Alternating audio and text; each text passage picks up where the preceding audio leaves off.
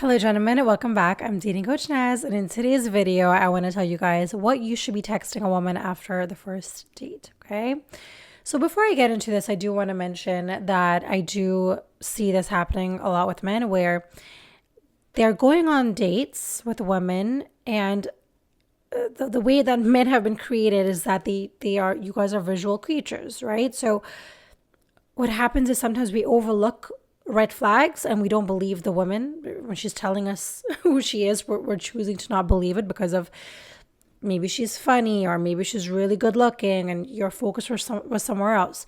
So my biggest tip is after you get off that date, when you come back home, that same day, what I want you to do is I want you to sit with yourself, by yourself, without TV or your phone. And I want you to take a quiet moment to just reflect. How did you feel during the date? Were there any red flags in keyword yourself or her behavior that you noticed? So why I say yourself is because the majority of the times we're repeating patterns. And okay, so for example, let me give you a little example. So let's say that you want to date with a woman. She was gorgeous, beautiful, a lot of things a lot of things aligned for both of you, but she didn't ask you any questions or seemed disengaged during the date. This is where you ask yourself, well, are you ignoring this red flag of hers and yourself, or are you acknowledging how you feel about it? We have to ask ourselves and come back to ourselves, because at the end of the day, we're with ourselves forever. Everybody will come and go, and that's just part of life, but what remains is ourselves. So we have to have an amazing connection with ourselves. And if you did miss any red flags, doesn't mean that she's a bad woman or she's not a good fit. Just make a note of it. Just jot it down on your phone, on your notes, in a journal, whatever it is. Jot it down, because this is this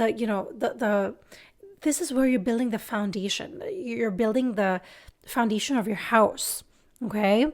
And if at the very beginning there's going to be cracks, then what happens is later down the line, you're going to be, maybe 5-10 years down the line, you're going to have a big house and there's going to be a lot of cracks, and that is going to lead you to having resentment and eventually divorce. So I want you to really listen and accept that person for who they are. You don't need to be with them. You don't need to leave them, whatever it is. You don't need to make any decisions, but you just have to be aware that this is somebody that is showing you who they are. So watch out for her behavior and your behavior. And again, I always tell people, do not judge people at the very first date, because what happens is, unless they really are throwing some red flags in front of your face that you're like, this is unacceptable, But what I would say is, if you feel unsure, or you're like, I'm not really,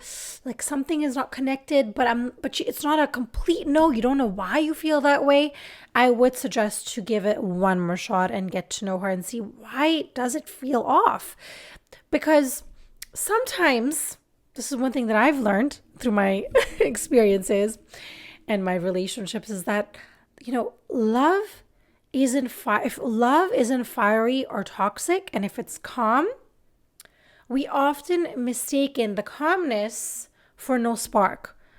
But that actually is a good thing. If you don't have a spark initially, it's not just ignited and you feel like you've known them forever, that doesn't mean that it's a bad thing. It just means that you do not know that person well. And I think it's actually great, because that person is not forcing themselves on you and trying to make you feel like you know them when you don't.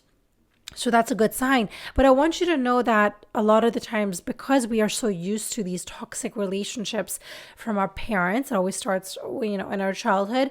And then, we have after that attracted other toxic relationships. So we, in our head, we go in the direction of whatever is familiar to us to keep us safe, because that is how humanity will survive, right?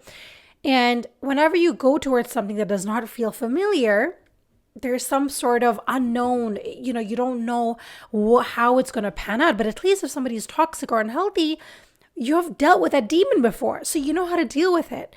So my tip here is to not just quickly judge somebody based on 2 seconds of I'm not sure, and then you kind of make up these excuses in your mind. Oh, she has tattoos, or she did this one thing and it was weird. Like, if something feels off in that connection, or you're like, why did she say this? Ask her. Say, hey, maybe on the next date, have your date, but then bring it up and say, you mentioned this about X, Y, and Z, and I just want to know, what did you mean by that? Can you tell me more about it? You're not telling her whether you like it or you don't, which is, again, that's another big tip. Don't tell people what you want. No, you should tell people what you want, but don't tell that person what what you're waiting to hear for, which is what I used to do. Is what I used to tell people what I want from them, and then they would make some shit up, and then they would not be that person. They just said it in order to get something out of me, from me. Anyways, so hopefully what I'm saying is resonating, and it is really just hitting that spot in your mind where you're like, you have an aha moment. And if you do, please put it down below, because I've experienced this, I've lived it. And so I want to make sure that you really understand what I'm trying to say. Now, one of the things that I would mention, I mean, the whole video, point of this video was to tell you what to say after your date. So what I would suggest is, after your date, to send her a message. And again, a text. What I always mention to you guys is don't send any texts that are long after you connect with them for the first time, because again, they don't know your humor. They don't know how, your tone. So just make it very simple and short, but also make sure that she knows that you are investing and you want to get to know her more. So you just say, hey, Alicia, I really enjoyed our time together today. Would love to see you again soon if you are up for it. If you're up for it. Okay. So again, it's not like, oh my God, you're my soulmate. And you're the most amazing woman on the planet. And we have because there's a lot of men out there that love bomb, and they think that if I just do this, I'm going to get the woman. And unfortunately, they attract a lot of toxic relationships that way. But you just have to have a very chill, easy approach. Chill doesn't mean you want the woman to approach you. You have to still, you're the leader. So you still have to kind of put it out there, like, I would love to see you again. Now, couples who send thoughtful, considerate text in the relationship are 50% more likely to continue dating long term. So just a little statistic. And my last point is to always trust your instincts. Now, what people do sometimes is they misconstrue your instincts with limited mindset. Or they might want to self-sabotage. So they say, okay, well, she's not really good for me.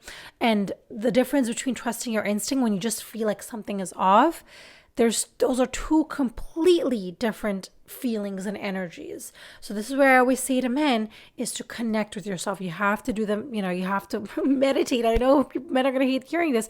You have to meditate. You have to journal. You have to connect with what is coming up for you and understand, why don't you want to go on another date with her? Instead of just saying, oh, she has this and she has that. And it's just not the right fit. Get deeper into that. Why isn't she a good fit for you? And talk to a friend, talk to somebody about it. Healthy relationships are about feeling comfortable and understood, not just being swept up by excitement, which is a lot of us do. We have that spark and initial chemistry, and then boom, it's like, we ignite the fire, but then also the spark doesn't last that long because it's ignited so fast. That's basically what I wanted to say for this video. Again, I also have a free guide, How to Land a Date in 7 Days. It is phenomenal. I've added a lot of great insights and tips into that free guide. So if you want to check it out, the link is down below. And again, I wish you guys are having an amazing day, and I'm going to see you guys in my next video.